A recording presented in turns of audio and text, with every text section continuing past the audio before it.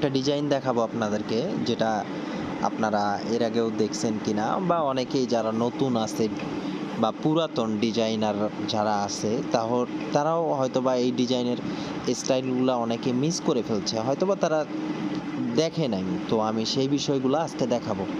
আপনারা যদি প্রথমে আপনার একটা নিশ দরকার, যে নিশটা আপনাকে হচ্ছে, যে নিশের উপর আপনি ডিজাইন করবেন, সেই ডিজাইনটা হইতে পারে যে কোনো কিছু। যেমন আমি আজকে এখন ইউটিউবের একটা থাম্বনেল ডিজাইন করব। সেক্ষেত্রে আমি থাম্বনেল ডিজাইন করার জন্য প্রথমে সার্চ টেমপ্লেট যে অপশনটা আছে, সেই সার্চ টেমপ্লেটে আমি ক্লিক করব। ক্লিক করার পরে আমি লিখতে পারি যে হচ্ছে ইউটিউব ইউটিউব ইউটিউব থাম্বনেল। তো সেক্ষেত্রে আমাদের ইউটিউব থাম্বনেল চলে আসছে, আমাদের কিন্তু লেখা হয়ে গেছে ইউটিউব থাম্বনেল। আমরা এখন ইউটিউব থাম্বনেল আসি, এখানে আছে দুইটা অপশন, একটা হচ্ছে ক্যাটাগরি, একটা হলো স্টাইল।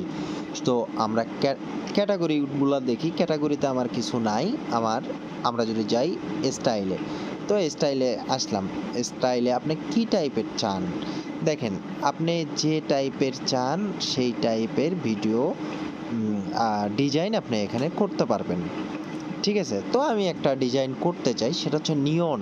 নিয়ন, এই যে ক্লাসিক্যাল এবং নিয়ন, এইটাতে যদি আমি ক্লিক করি, তো সেক্ষেত্রে আমাকে একটা তারা ডিজাইন দেবে। দেখেন এই যে নিয়নের যে ডিজাইনগুলো, এই ডিজাইনগুলো চলে আসছে। তো আমি একটা ডিজাইন করতে চাই, কোন ডিজাইন করব, আমি আমার রুচিসম্মত একটা ডিজাইন তৈরি করার জন্য আমি একটা টেমপ্লেট বাছাই করব। তো সেক্ষেত্রে আমি এই ডিজাইনটা পছন্দ করলাম। পছন্দ করার পরে আমি এখন কি করব, আমি এটাতে ডিজাইন করব। তো সেক্ষেত্রে আমাকে প্রথমে কি করতে হবে, ডিজাইনের অনেক কিছু আছে। প্রথমে আমাকে হচ্ছে নাম, কি বিষয়ে ডিজাইনটা করব সেটা নিব। সেখানে আমি ইউটিউব,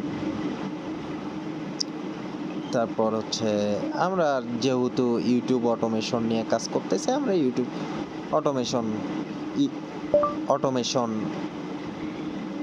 নিয়ে আমরা শুরু করি। তো সেক্ষেত্রে আমরা ইউটিউব অটোমেশন করে ফেলছি, আমাদের কিন্তু ব্যাপারটা আহামরি ভালো লাগতেছে না। তো সেক্ষেত্রে আমরা কি করব, আমরা এই ডিজাইনটা আরও সুন্দর করার জন্য যা করার দরকার তাই করব। সেক্ষেত্রে আমাদের একটা ছবি পিকচার যদি আমরা চাই, সেক্ষেত্রে আমরা একটা ছবি পিকচার নিতে পারি। তো আমরা ছবি পিকচার নেওয়ার জন্য আমরা আমাদের প্রথমে গ্যালারিতে যাব। গ্যালারিতে যাওয়ার পরে আমরা একটা ছবি নেওয়ার চেষ্টা করতেছি। তো সেক্ষেত্রে আমরা একটা ছবি নিয়ে নিলাম, এই যে ছবিটা নিয়ে নিছি। তো দেখেন